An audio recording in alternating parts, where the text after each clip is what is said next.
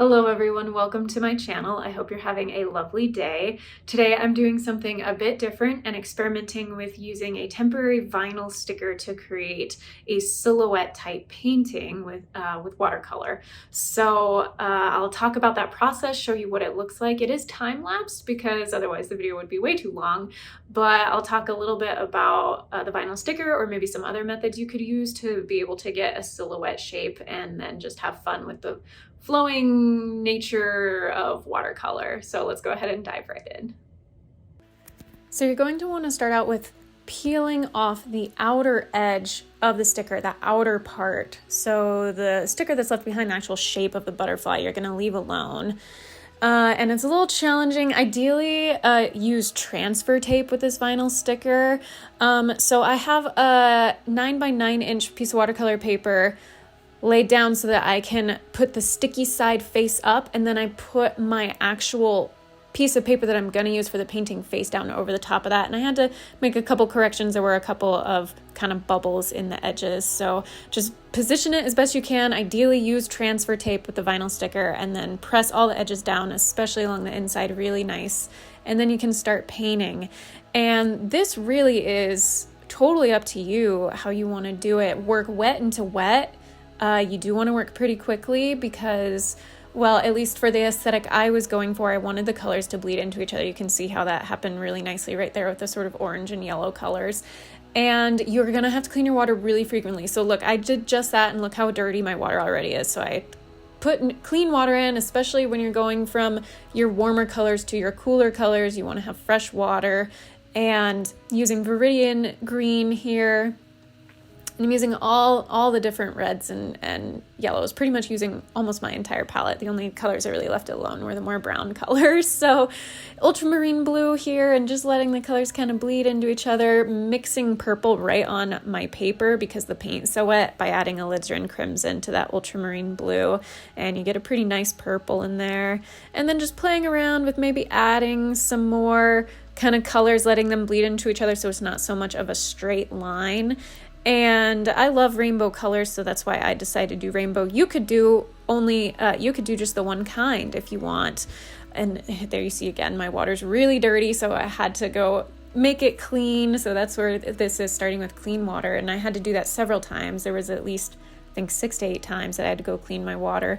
And now I really wanted the edges to be really dark so that when I do remove that sticker, the edges are going to really pop. So I'm using my Payne's Gray, which is one of my all-time favorites. I like it even better than black at times. It just has such a rich, deep hue.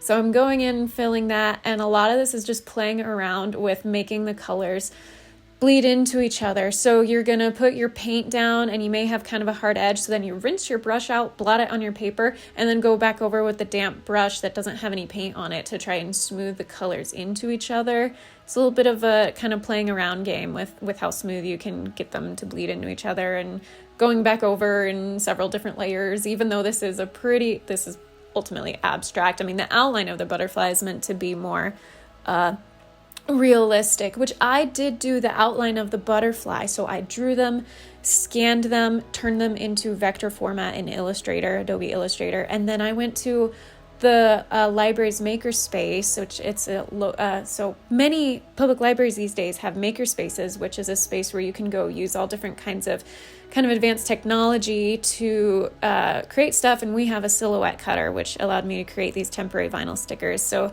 you see me going in there, just putting a lot of paint and water, and then blowing on the paint so that it will create these really fun scattered drips and splashes kind of effects. So I played around with that a lot. So yep, sorry, you're seeing my head quite a bit in there.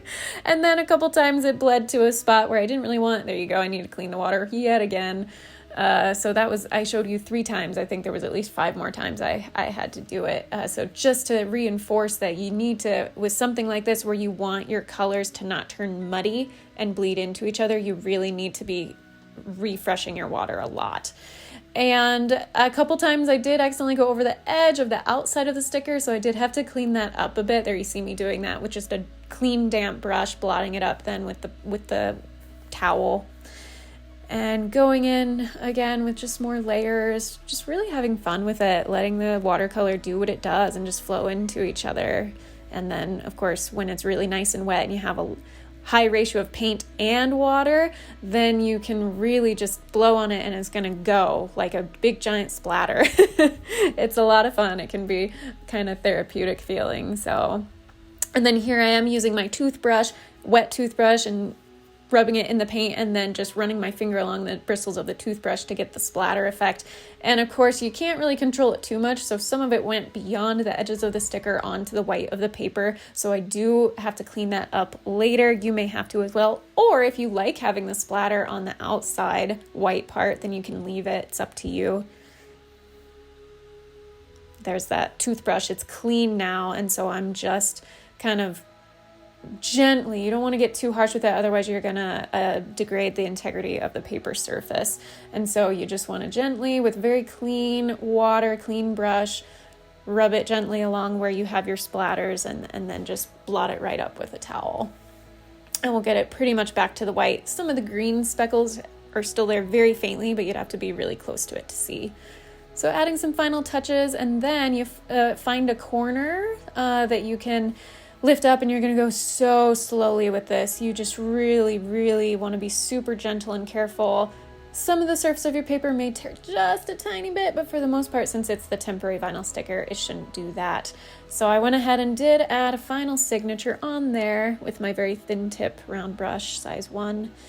And there is the final piece.